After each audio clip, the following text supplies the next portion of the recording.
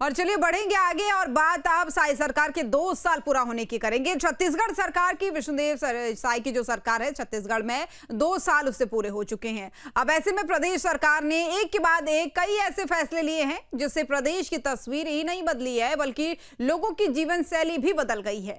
प्रदेश के विकास से लेकर नक्सलवाद तक हर मोर्चे पर सरकार ने बेहतर काम किया है और इसी को लेकर हमारे सहयोगी अंकुश वर्मा ने छत्तीसगढ़ के डिप्टी सीएम विजय शर्मा से खास बातचीत की है। सुनिए।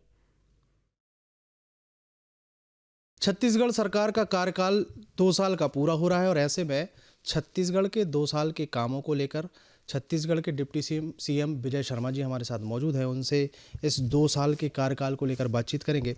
सर, 2 साल पहले कैसा मिला था आपको छत्तीसगढ़ और 2 साल बाद अब छत्तीसगढ़ कहाँ पहुँच गया है? छत्तीसगढ़ की जनता ने आज के ही दिन 2 साल पहले बड़ा निर्णय किया था। विगत सरकार थी, उस सरकार ने भ्रष्टाचार में नवाचार किए थे। भ्रष्टाचार के कॉन्सेप्ट को अन्य जगहों में पहुंचाने का काम किया था, दूसरे प्रदेशों में पहुंचाने का काम किया था। इनका लिकर स्कैम का मामला ऐसा था कि इन्होंने और दूसरी जगह पर भी पहुंचाया उस विषय को। लिकर स्कैम सब जानते थे, कोल स्कैम सब जानते थे, पीएससी का भ्रष्टाचार सब जानते थे। ऐसी अनेक चीज़ें थी। हर जगह, हर चौक पे, हर जेब में इस सरकार ने पैसे खोजे थे, विगत कांग्रेस की सरकार ने। जनता को ये बात ठीक नहीं लगी थी और जनता ने बड़े मैंडेट के साथ भाजपा की सरकार बनाई थी। बनने वाली सरकार ने अपने घोषणा पत्र में जो बातें कही थी, माननीय विष्णुदेव साई जी के नेतृत्व में छत्तीसगढ़ की सरकार ने उसको पूरे किए हैं। उसमें से काफ़ी चीज़ें पूरी की हैं। सबसे बड़ा एक मसला था कि मोर आवास मोर अधिकार रोक के रखे भूपेश सरकार, ऐसा एक आंदोलन हमने चलाया था। 18 लाख गरीबों के आवास थे जिसको जानबूझकर इन्होंने रोक कर रखा था और उसका बड़ा प्रमाण यह भी था कि इनके ही पंचायत विकास के जो विभाग के जो मंत्री थे टीएस सिंहदेव जी, उन्होंने इस्तीफा दिया था। इस बात को कहकर कि मैंने बार बार मुख्यमंत्री जी से कहा कि इस गरीबों के आवास के लिए राज्य का राज्यांश हम दे दें, उन्होंने नहीं दिया, इसलिए मैं इसको विभाग को छोड़ता हूँ। उसके बाद जब भाजपा की सरकार, उस आंदोलन में कहा था भाजपा ने कि अगर हमारी सरकार बनती है तो बनने वाली सरकार के पहले कैबिनेट का पहला प्रस्ताव होगा और 18 लाख आवास के लिए हम स्वीकृति प्रदान करेंगे। सरकार बनती है, बनने वाली सरकार का पहला कैबिनेट होता है और उसका पहला प्रस्ताव दस्तावेजी प्रमाण है आज तक 18 लाख गरीबों के आवास के लिए संख्या लिख करके मुख्यमंत्री आवास के 47,000 से अधिक आवास, 2011 की सर्वे सूची के पूरे आवास, आवास प्लस के पूरे आवास, पुराने सरकार के एक आध किस्त देकर छोड़े हुए सारे आवास मिला करके 18 लाख से अधिक आवास स्वीकृत किए गए। मुझे आपको बताते हुए बहुत खुशी हो रही है कि 2011 में जो सर्वे सूची बनी थी वो 2017-18 तक पूर्ण हो जानी थी। 17-18 में 5 साल पिछली सरकार ने गड़बड़ कर दिया। अभी 2011 की सर्वे सूची के पूरे लगभग 6.25 लाख पूरे आवास स्वीकृत किए जा चुके हैं। आवास प्लस में जितने आवास थे 9 लाख लगभग, वो पूरे ही आवास स्वीकृत किए जा चुके हैं। अब छत्तीसगढ़ में प्रधानमंत्री आवास का कोई वेटिंग लिस्ट नहीं बचा है। इसके साथ साथ नया सर्वे भी हमने कर लिया है और नए सर्वे में भी बहुत सारे नाम आ गए। आवास के संदर्भ में दृढ़ता के साथ इस सरकार ने जो वादा किया उसको पूरा किया है। जो वादा आवास के संदर्भ में हुआ है उसमें राज्यांश के लिए बजट के प्रावधान करके राज्यांश दिए गए हैं और लोगों के आवास अभी बन रहे हैं।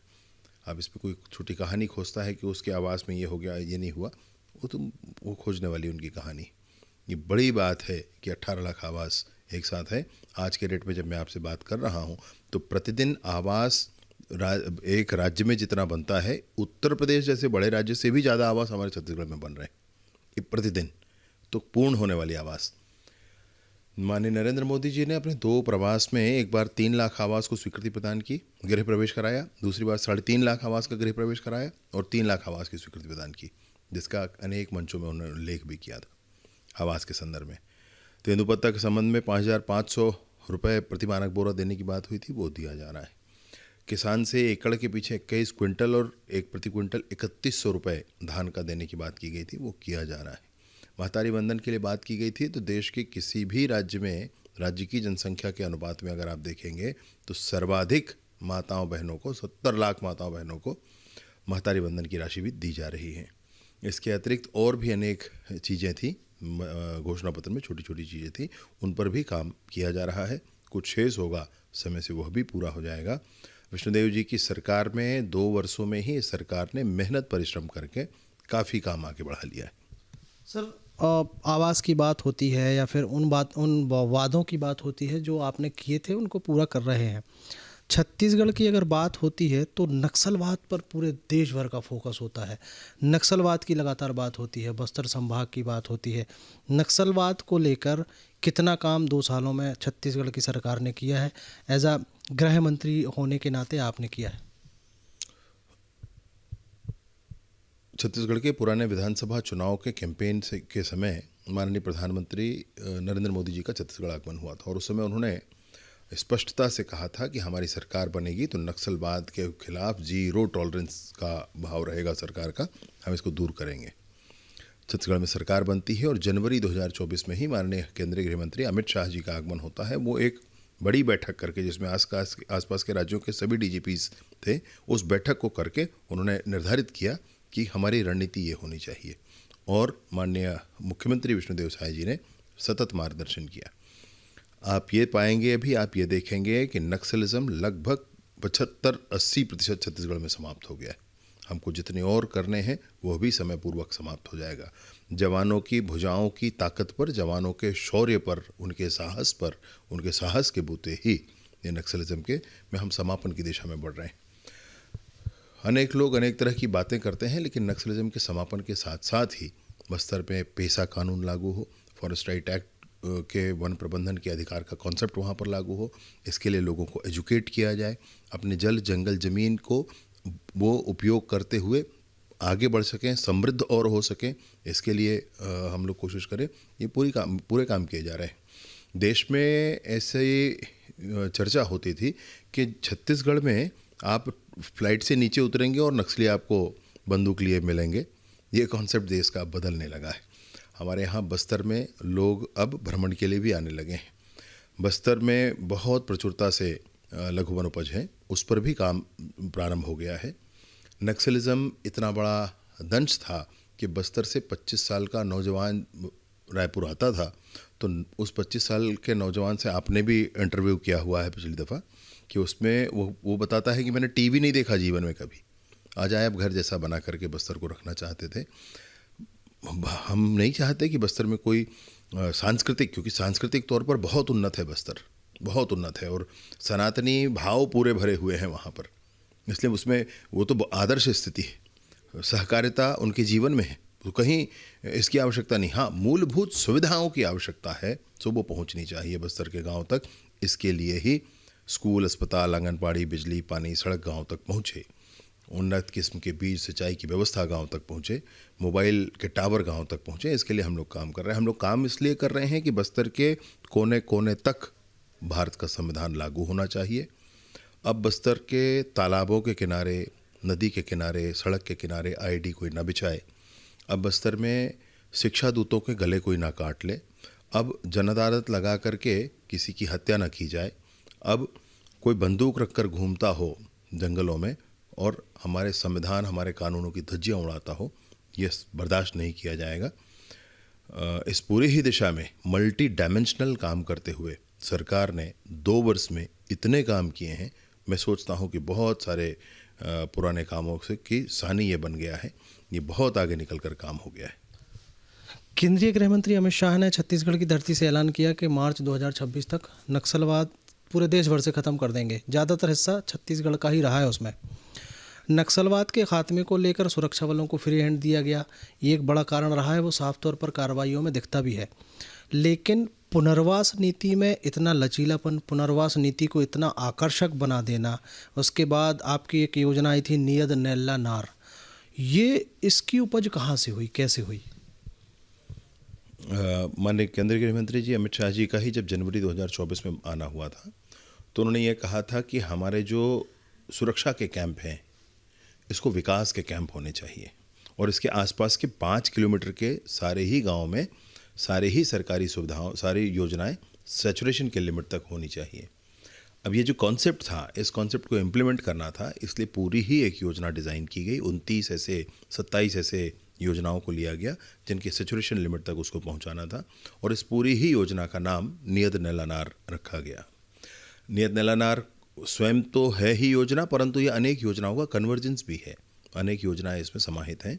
यह अभियान की तरह हम लोगों ने इसको काम किया है।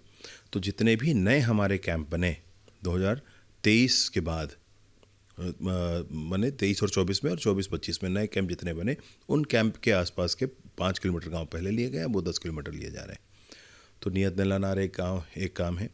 लियोर और एना एक हमारा योजना है जिसमें बस्तर के युवा रायपुर घूमने आते हैं, और आपने देखा है कि कैसी कैसी स्थितियाँ आती हैं।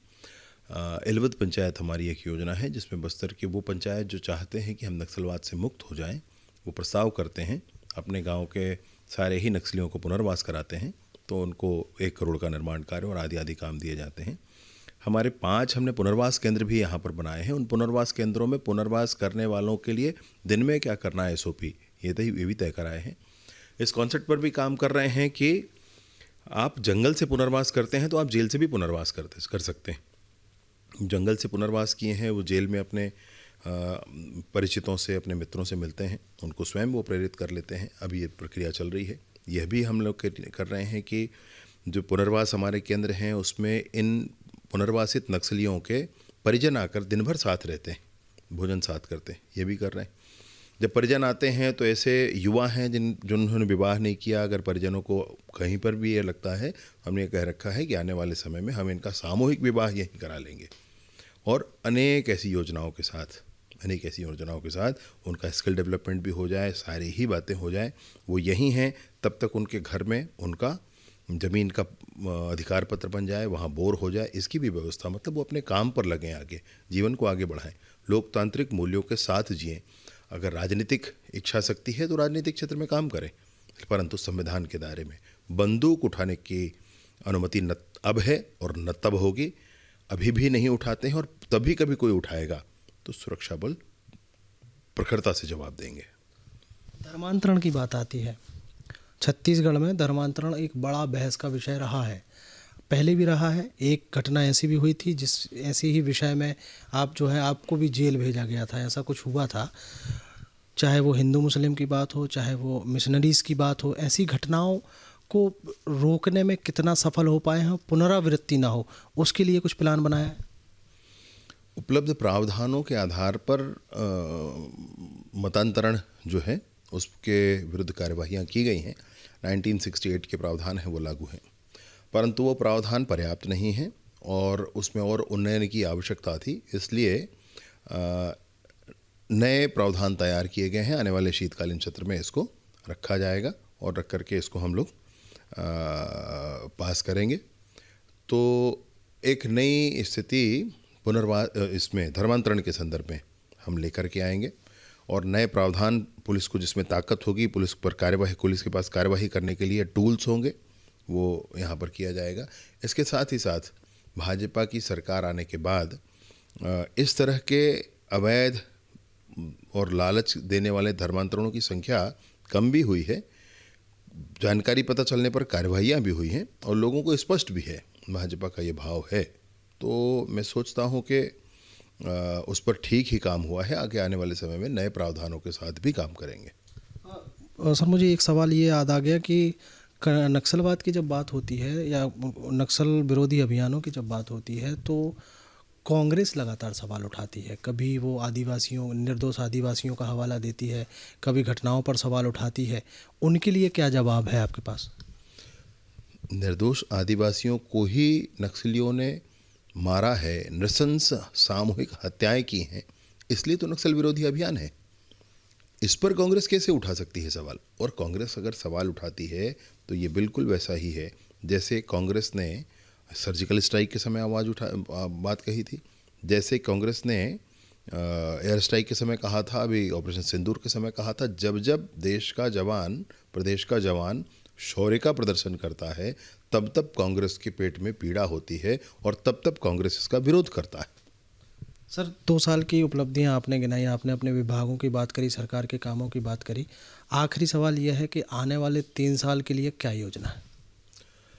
सारे विभागों की अपनी अपनी योजनाएं हैं। आने वाले 3 साल में हमको काफ़ी चीज़ें इम्प्लीमेंट करके सामने खड़े कर देनी है। मैं पंचायत विभाग के हिसाब से आपको कहना चाहता हूँ, अनेक मूलभूत सुधारात्मक कार्य भी किए जाएंगे और निर्माण कार्य तो हमने विभाग से भी होता है, पंचायत और सभी विभागों से होते हैं, वो भी किए जाएंगे। परंतु पंचायत के स्ट्रेंथनिंग के लिए काम ये हम ज़रूर करेंगे। अभी भी हमने निर्विवाद बंटवारा जो है उसको पंचायत से कराने की प्रक्रिया प्रारंभ की है, ये वहाँ पर हो रहा है। अनेक ऐसे और काम आगे किए जाएंगे। गृह विभाग में भी अनेक काम हैं नक्सलिज्म के उन्मूलन के संदर्भ में। साथ ही साथ हमारे पूरे प्रदेश में 112 अभी आधे प्रदेश में लागू है, इसको पूरे प्रदेश में लागू करना है।